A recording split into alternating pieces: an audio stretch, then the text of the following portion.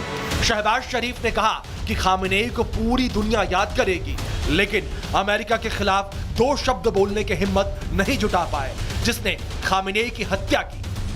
We have come here to extend our heartfelt condolences on his martyrdom, his relations, and thousands of Iranian brothers and sisters were martyred out of extreme aggression. Pakistan and Iran are two brotherly countries. Our hearts beat together and we will stand together. Khamenei के जनाजे में उमड़ी इस भीड़ का सीधा और साफ मैसेज है, अब कोई बातचीत नहीं, सिर्फ इंतकाम। खुलेआम अमेरिका मुर्दाबाद के नारे लग रहे हैं। यहाँ अब आंसुओं की जगह सीधे खून का बदला खून से लेने की मांग हो रही है। लेकिन अमेरिका के राष्ट्रपति ट्रंप कह रहे हैं कि हमने ईरान को ध्वस्त कर दिया है। उन्हें अंतिम संस्कार के लिए 1 हफ्ते की राहत दी क्योंकि हम अच्छे हैं। We gave him a week off for a funeral because we're nice. It's true.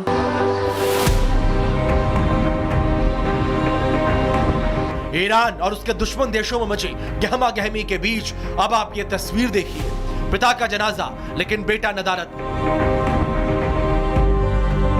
सुरक्षा कारणों से मोजतबा अपने पिता को आखिरी विदाई देने नहीं पहुंच सके। उनके गैर मौजूदगी में उनका एक पुतला जनाजे के पास लाया गया। इन तस्वीरों ने अटकलों का बाजार गर्म कर दिया। तेहरान का ग्रैंड मुसल्ला, जहां लाखों की भीड़ उमड़ी है, हर आंख नम है और पूरा ईरान शोक में डूबा है। लेकिन इन लाखों नम आंखों के बीच पूरी दुनिया की निगाहें सिर्फ एक शख्स को ढूंढ रही हैं। वो शख्स है आयतुल्ला अली खामेनेई के बेटे और देश के नए सुप्रीम लीडर मोजतबा खामेनेई। हैरानी की बात यह है कि अमेरिका और इजराइल हमलों में दम तोड़ने वाले आयतुल्ला को आखिरी सफर में अपने सगे बेटे का कंधा तक नसीब नहीं हुआ। मोजतबा इस पूरे हुजूम में कहीं नजर नहीं आए। मुस्लिम समाज और इस्लामिक परंपराओं में पिता के जनाजे में बेटा सबसे आगे रहता है, कंधा देने से लेकर दफन करने की रस्म निभाता है। ईरान में यह धार्मिक परंपरा बेहद अहम मानी जाती है। ऐसे में मोजतबा की गैर मौजूदगी ने सवाल खड़े कर दिए। शोक सभा में कई बड़े नेता मौजूद थे। अहमद वाहिदी भी समारोह में दिखाई दिए, लेकिन मोजतबा कहीं नजर नहीं आए। उनकी गैर मौजूदगी अब चर्चा का विषय बनी हुई है। ऐसे भावुक मौके पर इकलौते बेटे का गायब रहना किसी के गले से नहीं उतर रहा है। इसी सस्पेंस ने अब सोशल मीडिया से लेकर ईरान की गलियों तक अजीबोगरीब अफवाहों का बाजार गर्म कर दिया है। लोग सवाल पूछ रहे हैं, आखिर मोजतबा है कहां? कहीं वो भी हमले में मारे तो नहीं गए? क्या ईरान मोजतबा के निधन की खबरें छिपा रहा है? लेकिन तेहरान के सत्ता गलियारों से जो हकीकत छन कर आ रही है वो ये है कि मोजतबा के जान को सीधे तौर पर सबसे बड़ा खतरा है। कुछ दिनों पहले इजराइल के रक्षा मंत्री कटाज ने एक ऐसा बयान दिया था जिसने पूरे मिडिल ईस्ट में बारूद की तरह आग लगा दी। कटाज ने खुलेआम ऐलान किया था, मोजतबा खामेनेई इजराइल की हिट लिस्ट में है। इजराइल ने उन्हें मौत के लिए मार्क कर दिया है। इजराइल की इस खुली और खौफनाक धमकी के बाद ईरान की खुफिया एजेंसियां कोई भी कसर बाकी नहीं छोड़ना चाहती। IRGC ने सख्त वार्निंग जारी की है कि अगर ईरान की नई लीडरशिप को निशाना बनाने की कोशिश की गई तो अंजाम महाविनाशकारी होगा। यही वजह है कि युद्ध के इस माहौल में नए सुप्रीम लीडर मोजतबा खामेनेई को इस बड़े जनसैलाब से पूरी तरह दूर रखा गया। सूत्रों की माने तो उन्हें किसी अंडरग्राउंड सीक्रेट और बेहद सुरक्षित बंकर में शिफ्ट कर दिया गया है ताकि आसमान में मंडराते दुश्मनों को हमले का कोई मौका न मिले। ईरान के लिए इस वक्त परंपराओं से ज्यादा अपने नए सुप्रीम लीडर की जान बचाना सबसे बड़ी जरूरत बन चुका है। Bureau report, Republic Bharat.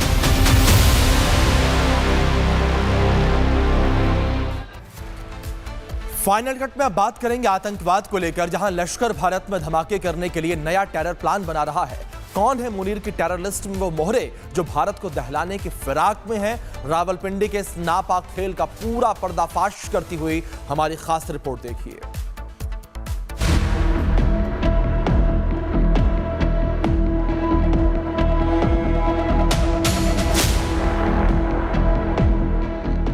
कई खूनी आतंकी हमलों का मास्टरमाइंड आतंकी हाफिज सईद।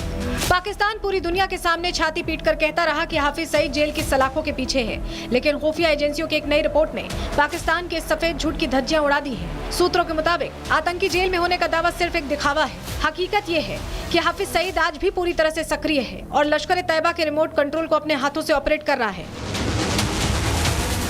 लश्कर अब अपने आतंकी संगठन में बदलाव कर रहा है। भारत को निशाना बनाने के लिए नई भर्तियां की जा रही हैं। फंडिंग और सीमा पार घुसपैठ की रणनीति तैयार की गई।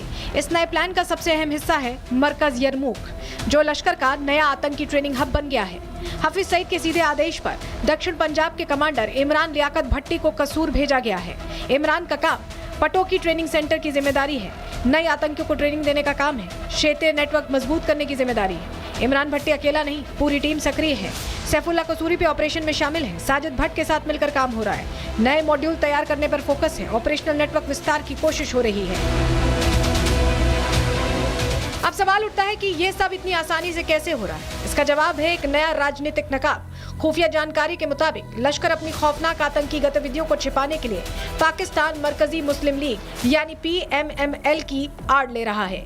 इस मोर्चे का इस्तेमाल आतंक के लिए किया जा रहा है। संगठन का विस्तार सिर्फ आतंकी भर्ती के लिए किया गया। PMML के जरिए आतंकी गतिविधियां छिपाने की कोशिश है। असल में पाकिस्तान ने दुनिया की आंखों में धूल झोंकने और FATF के कड़े प्रतिबंधों से बचने के लिए हाफिज सईद पर कार्रवाई का झूठा नाटक रचा था। पर्दा राजनीतिक है, लेकिन पीछे का खेल पूरी तरह से आतंकी है। लेकिन क्या हाफिज सईद अपनी मर्जी से इतना बड़ा आतंकी नेटवर्क खड़ा कर सकता है? इस पूरी साजिश के पीछे पाकिस्तानी सेना प्रमुख जनरल आसिम मुनीर और ISI का सीधा हाथ है। खुफिया सूत्रों का मानना है कि लश्कर के इस पुनर्गठन को रावलपिंडी का पूरा आशीर्वाद और लॉजिस्टिक सपोर्ट हासिल है। पाकिस्तानी सेना लश्कर और PMML की स्ट्रैटेजिक एसेट के तौर पर इस्तेमाल कर रही है, ताकि बिना सीधे युद्ध में उतरे भारत के खिलाफ छद्म युद्ध को तेज किया जा सके। इस आतंकी बिसात का असली खिलाड़ी जनरल आसिम मुनीर है। आतंकी हाजी अशरफ, आतंकी अबू माज इमरान, आतंकी अबू एहसान, आतंकी इमरान लियाकत भट्टी, आतंकी हारिस डार, ये सारे इसमें शामिल हैं। मुनीर और ISI की शह पर काम कर रही लश्कर की इस नई कैबिनेट को खुफिया एजेंसियों ने डिकोड कर लिया है। लिस्ट यही नहीं खत्म होती। पाकिस्तान में ऐसे आतंकियों की भर्ती चालू है। लश्कर की इस टॉप कमांड से साफ है कि पाकिस्तानी सेना की मदद से पूरे पंजाब और खैबर पख्तूनख्वा में भारत विरोधी ढांचे को नया जीवन दिया जा रहा है। जनरल आसिम मुनीर और हाफिज सईद का ये खूनी गठजोड़ इस बात का सबूत है कि पाकिस्तानी सेना कभी आतंक का साथ नहीं छोड़ सकती। अंतर्राष्ट्रीय पाबंदियों के बावजूद आतंकी ढांचा वहाँ फल फूल रहा है, लेकिन रावलपिंडी की हर आतंकी हलचल, हर नए कमांडर और हर ट्रेनिंग कैंप की सटीक जानकारी अब भारतीय खुफिया एजेंसियों के पास है। आतंक के आका और उनके पाकिस्तानी आका चाहे जितनी भी नई चालें चल लें, लेकिन सीमा पर तैनात हमारे सुरक्षा बल इस नापाक साजिश को उसी की भाषा में जवाब देने के लिए तैयार है। तो दूसरी ओर बलूचिस्तान पाकिस्तानी सेना के लिए कब्रिस्तान लगातार बना रहा है। पाकिस्तानी सेना के जवान बेमौत मारे जा रहे हैं। इस बार BLA ने पाकिस्तानी कोस्ट गार्ड के कैंप पर आत्मघाती हमला कर दिया, जिसमें 30 से ज्यादा जवानों के मरने का दावा किया गया है और BLA ने इस हमले का वीडियो भी जारी किया। रिपोर्ट देखिए।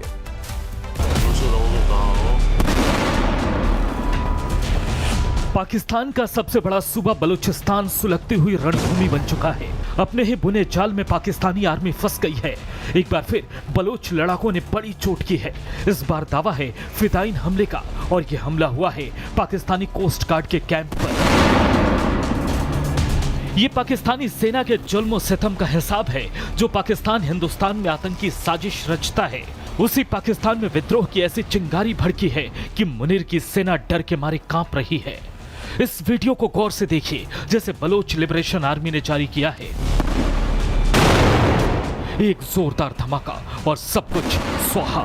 पाकिस्तान के ग्वादर जिले में BLA ने कोस्ट गार्ड कैंप को तबाह कर दिया। तस्वीरों में एक ट्रक कोस्ट गार्ड कैंप की ओर बढ़ता दिखाई देता है। कुछ ही देर में एक बड़ा विस्फोट होता है, जिसके बाद धुएं का गुबार उठता दिखाई देने लगता है। इस धमाके के बाद कोस्ट गार्ड के जवान जो बच गए वो भागने लगे, लेकिन तब भी उनकी जान नहीं बच पाई। बीएलए के फतेह स्क्वाड ने फायरिंग शुरू कर दी। दावा है कि इस हमले में 30 से ज्यादा पाकिस्तानी कोस्ट गार्ड के जवान मारे गए और कई घायल हैं। बीएलए के प्रवक्ता जयंत बलोच ने दावा किया कि धमाका इतना शक्तिशाली था कि पूरा कैंप मलबे में बदल गया। हालांकि इस हमले को लेकर अभी तक पाकिस्तानी सेना या सरकार की तरफ से कोई आधिकारिक बयान सामने नहीं आया है, लेकिन बलूचिस्तान में हालात गंभीर बने हुए हैं। पाकिस्तानी सेना के सामने जान बचाने की चुनौती है। Bureau report, Republic Bharat.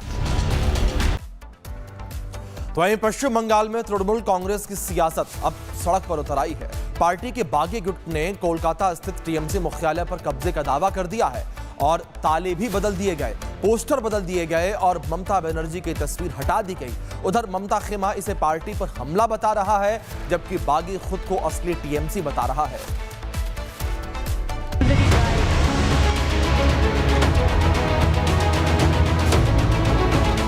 विधानसभा में प्रिंसिपल ऑपोजिशन है, हम लोग तृणमूल कांग्रेस है और तृणमूल कांग्रेस के ऑफिस के साथ हम लोग का इमोशन जुड़ा हुआ है। वो तो क्रिमिनल ट्रेसपेसर है, क्रिमिनल ट्रेसपेसर है। कोलकाता का तृणमूल भवन वही दफ्तर जहां से सालों तक ममता बनर्जी की पार्टी का संगठन चला, लेकिन अब इसी दफ्तर पर छिड़ गई कब्जे की जंग। ऋतुव्रत बनर्जी के नेतृत्व वाले बागी गुट ने पार्टी मुख्यालय में एंट्री की, पुराने ताले हटाए, नए ताले लगाए और नए पोस्टर लगा दिए। और सबसे बड़ी बात, नए पोस्टर से ममता बनर्जी की तस्वीर गायब थी। बागी नेताओं ने मुख्यालय में बैठक भी की और दावा किया कि अब यही असली तृणमूल कांग्रेस का कार्यालय है।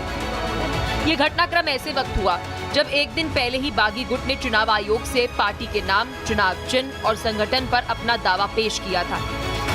यानी अब लड़ाई सिर्फ नेतृत्व की नहीं, बल्कि पार्टी की पहचान, चुनाव चिन्ह और संगठनात्मक नियंत्रण तक पहुंच चुकी है। बागी गुट का दावा है कि जिस इमारत में पार्टी कार्यालय चल रहा था उसकी लीज खत्म हो चुकी थी और नए प्रबंधन के तहत कार्यालय संचालित किया जा रहा है। हम लोग तो तृणमूल कांग्रेस है और अगर कोई तृणमूल कांग्रेस का ऑफिस है तो वहाँ पे तो हम लोग जा ही सकते हैं, इस पे तो कोई रोक टोक नहीं होना चाहिए। तो हम लोग तृणमूल कांग्रेस का ऑफिस में गए थे और जाके वहाँ पे हम लोग बैठे। तो इस पे कोई क्या आरोप लगा रहा है उस पे ध्यान हम लोग नहीं देंगे। हम ही लोग विधानसभा में प्रिंसिपल ऑपोजिशन है, हम लोग तृणमूल कांग्रेस है और तृणमूल कांग्रेस के ऑफिस के साथ हम लोग का इमोशन जुड़ा हुआ है, तो हम लोग वहाँ पे गए थे। उधर ममता बनर्जी के वफादार नेता जब पार्टी कार्यालय पहुंचे तो गेट पर ताला लगा मिला। वरिष्ठ नेता कुणाल घोष अंदर तक नहीं जा सके। उन्होंने आरोप लगाया कि पार्टी से निकाले जा चुके लोगों ने गैर कानूनी तरीके से कार्यालय पर कब्जा किया है और पुलिस मूकदर्शक बनी हुई है। जो लोग तृणमूल भवन में घुसकर ताला मार दिया है उसके खिलाफ हम लोग पुलिस में party instruction wise legal step हम लोग कंप्लेन दर्ज किया है। टीएमसी मुख्यालय के बाहर हालात को देखते हुए भारी संख्या में पुलिस और सीआरपीएफ की तैनाती की गई। मेट्रोपॉलिटन इलाके में सुरक्षा बल लगातार गश्त करते रहे ताकि दोनों गुट आमने सामने न आ जाए। कार्यालय के बाहर एक तरफ ममता बनर्जी के समर्थक बैनर लगाए नजर आए तो दूसरी ओर बागी गुट के पोस्टर भी लगे दिखाई दिए। यानी लड़ाई अब दफ्तर से निकलकर सड़कों तक जा पहुंची है। टीएमसी के वरिष्ठ नेता ने बागी गुट के कदम को पूरी तरह से अवैध बताया। It is totally wrong, against law. It's an attempt to forcibly occupy, but we shall look into it. चोर गुंडा सब लोग मानते करते और वही चोर गुंडा से शुभेंदु अधिकारी नजदीक का आदमी है, तो हमको मानने का होगा। खेल लोग शुरू किया है, खत्म करके दिखाएगा, दोनों जगह में दिखाएगा। एक अदालत में दिखाएंगे और फिर जनता की अदालत में दिखाएंगे। वहीं टीएमसी विधायक मदन मिश्रा ने आरोप लगाया है कि पूरे घटनाक्रम में केंद्रीय एजेंसियों की भूमिका संदिग्ध है। हम लोग कुछ गड़बड़ नहीं किया, बेकानूनी कोई झमेला कुछ नहीं किया। हम लोग आके पुलिस को एक डायरी दिया, एफआईआर किया। ये हमारा हक है, हमारा पार्टी है, ऑफिस है। हम लोग घुसने गए थे, हम लोग को घुसने नहीं दिया। बहरहाल टीएमसी के अंदर की ये लड़ाई अब खुलकर सबके सामने आ चुकी है। एक और बागी गुट खुद को असली तृणमूल कांग्रेस बता रहा है, तो वहीं दूसरी ओर ममता बनर्जी का खेमा इसे पार्टी पर कब्जे की कोशिश करार दे रहा है। अब नजर चुनाव आयोग, कोर्ट और आने वाले राजनीतिक घटनाक्रम पर टिकी हुई है कि आखिर असली टीएमसी किसे माना जाता है। Bureau report, Republic Bharat. अब फाइनल कट में हम बात करेंगे मॉनसून को लेकर। मूसलाधार बारिश ने मुंबई को पानी पानी कर दिया है। सड़कें तालाब में तब्दील हो चुकी हैं। कई जगहों पर गाड़ियां पानी में फंस गई और ट्रैफिक थम गया और लोगों की रोजमर्रा की जिंदगी पूरी तरह से प्रभावित हो गई। आप देखिए हमारी खास रिपोर्ट।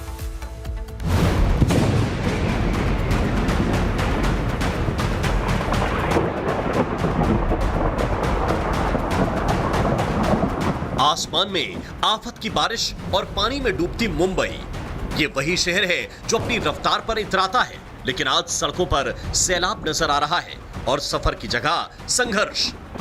जो सड़कें लोगों को मंजिल तक पहुंचाती थीं, आज वही सड़कें खुद मंजिल तलाशती नजर आ रही हैं। मुंबई फिर से पानी पानी है और मॉनसून ने एक बार फिर शहर की तैयारियों की पोल खोल दी है। बांद्रा, अंधेरी, मीरा रोड, भयंदर से दादर तक भयंकर बारिश से जनजीवन ठप हो गया है। ट्रांस हार्बर रेल लाइन सेवा रोकनी पड़ी। कई जगहों पर अंडरपास में पानी भर जाने से रास्ता बंद हो गया। ये बांद्रा वेस्ट की तस्वीर है, जहां हर तरफ एक जैसा नजारा है, सिर्फ पानी ही पानी दिखाई दे रहा है। हालात ऐसे हैं कि लोगों का घर से निकलना मुश्किल है और जो लोग बाहर निकले उन्हें जलभराव से जूझना पड़ रहा है। बारिश लोगों के लिए मुसीबत बन चुकी है। बांद्रा ईस्ट में भी बांद्रा वेस्ट जैसा नजारा है। बांद्रा ईस्ट रेलवे स्टेशन के पास की तस्वीर देखिए, घुटनों तक पानी है, हर कदम जोखिम भरा है। अगर पैर के नीचे कोई गड्ढा या खुला मैनहोल आ जाए तो क्या होगा, किसी को नहीं पता। जब सड़कें डूबती हैं तो रेलवे स्टेशन यात्रियों से भर जाते हैं। ऐसे में लगातार हो रही बारिश ने यात्रियों की परेशानी बढ़ा दी है। अब जरा अंधेरी और मरीन ड्राइव का हाल भी देखिए।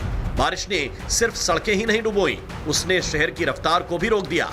अंधेरी सबवे में पानी भर गया, सड़क पर पानी का साम्राज्य, ट्रैफिक जाम, रेंगती हुई गाड़ियां। ऐसे में हर चेहरा एक ही सवाल पूछ रहा है, आखिर ये बारिश कब थमेगी? मुंबई में रहने वाले लोग इस तरह की बारिश के आदी जरूर हैं, लेकिन जब कुछ ही घंटों की बारिश शहर को थमा दे तो मुश्किलें कई गुना बढ़ जाती हैं। इस बीच मौसम विभाग ने भी राहत के कोई संकेत नहीं दिए हैं। कई इलाकों में मूसलाधार बारिश की संभावना बनी हुई है, यानी आने वाले घंटों में हालात और चुनौतीपूर्ण हो सकते हैं। एहतियात के तौर पर प्रशासन भी अलर्ट मोड पर है। जलभराव वाले इलाकों पर नजर रखी जा रही है, नालों की निगरानी बढ़ाई गई है और जरूरत पड़ने पर राहत दलों को तुरंत मौके पर भेजने की तैयारी है।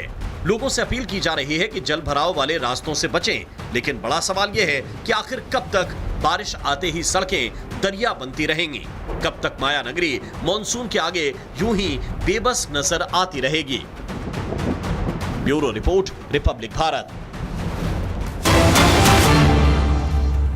इस बीच बड़ी खबर चंडीगढ़ से निकलकर सामने आई है। चंडीगढ़ में इमारत गिरने की खबर है। 4 लोगों को सुरक्षित निकाला गया है और 2 लोगों के फंसे होने की आशंका है। चंडीगढ़ में इमारत गिरी है और चंडीगढ़ में इमारत गिरने से यहां 4 लोगों को निकाला गया है। रेस्क्यू यहां पर लगातार जारी है, रेस्क्यू ऑपरेशन किया जा रहा है, फंसे हुए लोगों को निकाला जा रहा है। 4 लोगों को बचा लिया गया है, निकाल लिया गया है और अभी भी 2 जिंदगियां फंसी हुई हैं। रेस्क्यू ऑपरेशन लगातार जारी है। ये तस्वीरें भी निकलकर सामने आई हैं। कई घंटों की मशक्क़त के बाद आखिरकार जो ऑपरेशन है वो ख़त्म हो गया है। फ़िलहाल आपको बता दें कि तमाम तरह से जो रेस्क्यू के लिए टीमें लगी हुई थी वो रेस्क्यू पूरा ख़त्म कर दिया गया है। आपको बता दें कि NDRF की टीमें हो या फिर सिविल डिफेंस की टीमें हो या फिर जो लोकल पुलिस है वो लगातार रेस्क्यू ऑपरेशन में लगी हुई थी। लगभग 5:30 बजे की ये पूरी घटना है जब अचानक इंडस्ट्रियल एरिया फ़ेज़ 2 में एक बिल्डिंग है वो गिर जाती है। 2 मंजिला ये इमारत थी। आपको बता दें कि इस बिल्डिंग के अंदर लगभग 8 लोग थे, जिसमें से 6 लोगों को पहले ही निकाल दिया गया था, जबकि जो 2 लोग बाद में फंसे हुए थे उनको भी निकाल दिया गया है। फ़िलहाल आपको बता दें कि इन 2 लोगों में से एक हैं वो फ़िलहाल इंजर्ड है, जबकि दूसरे को अस्पताल ले जाया गया है। आपको बता दें कि रेस्क्यू ऑपरेशन के लिए 2 बड़ी क्रेन्स हैं उनको लगाया गया था। उसके साथ साथ तमाम तरह से जो NDRF की टीम्स है, सिविल डिफेंस की जो टीम्स है, उसके साथ साथ जो लोकल पुलिस है, लगातार बचाव कार्य में लगी हुई थी।